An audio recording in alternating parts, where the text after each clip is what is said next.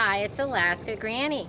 We like to keep emergency gear in our vehicles at all times, and when you're cleaning out your car, look for little secret hiding places, extra little pockets of empty space where you can add some gear, stash some things, have more of the things that you actually need in an emergency. Having extra things along helps make sure that you will have what you need, that if for some reason one of your bags gets left out of the car or somebody moves something or takes it and uses it, you still have a backup plan for some things that you could need in a real emergency. Before you put anything in your car though, you need to remember that when you're driving down the road, it's similar to a 3.2 earthquake. Everything is getting rattled around. So you want to put things in there that are going to be cushioned in some way, aren't going to be fragile or broken, and aren't banging around together, so that you don't have additional rattles or find out after a year the gear is broken or no longer is functional. So take that into account when you decide what you're going to put in your car. So I'm going to show you some of the things that I stash in my secret little stash spot in my car, and see what kind of things maybe you have room to put in your car.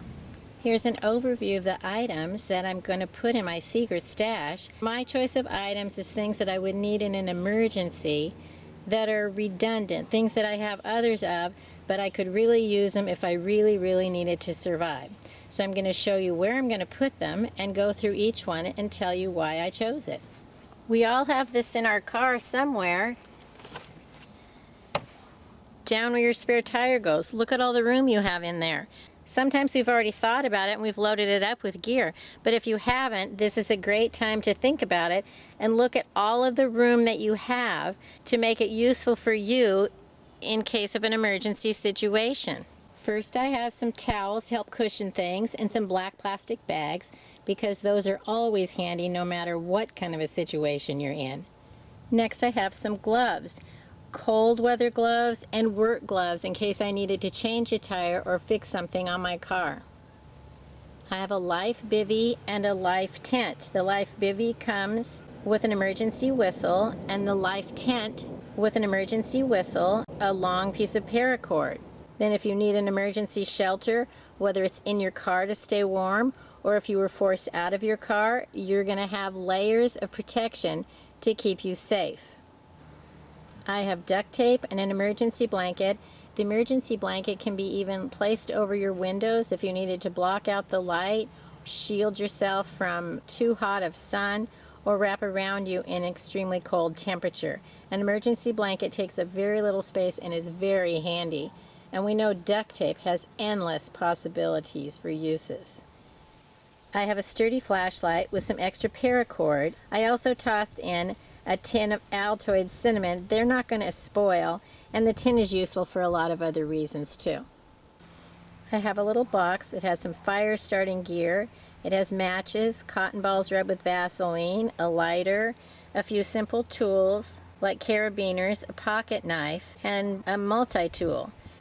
And every emergency kit needs a little emergency can opener. You probably have a lot of things around your house. Put them together into some little kits and stash them in places that you need things. Close it up with a hair tie. They're way sturdier than a regular rubber band. Put in some basic tools, maybe some zip ties, things that you normally would use around your car or would want in an emergency. Some rope or twine, assorted bungee cords, a simple drawstring bag can be handy if you needed to gather up things and go somewhere. A tarp, this one folds up into its own pouch so it's handy and small. Something for protection. A knife. And you can see there's all kinds of room left. I haven't even touched all of these spaces in here. And there's all kinds of extra room. You could add all kinds of stuff. Even if you don't have a big hole like that one, there's lots and lots of room.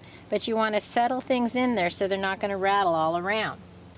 You can layer things around, stick them in little nooks and crannies, cover them with a dark tarp so somebody just looking in may not even notice that you have anything.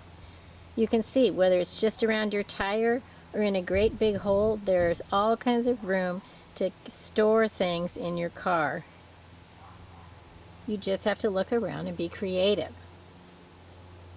Lay the tire cover over, and who knows how much stuff you have in there. It works great. Prepping doesn't have to be complicated. Look around. You probably have most of these things already.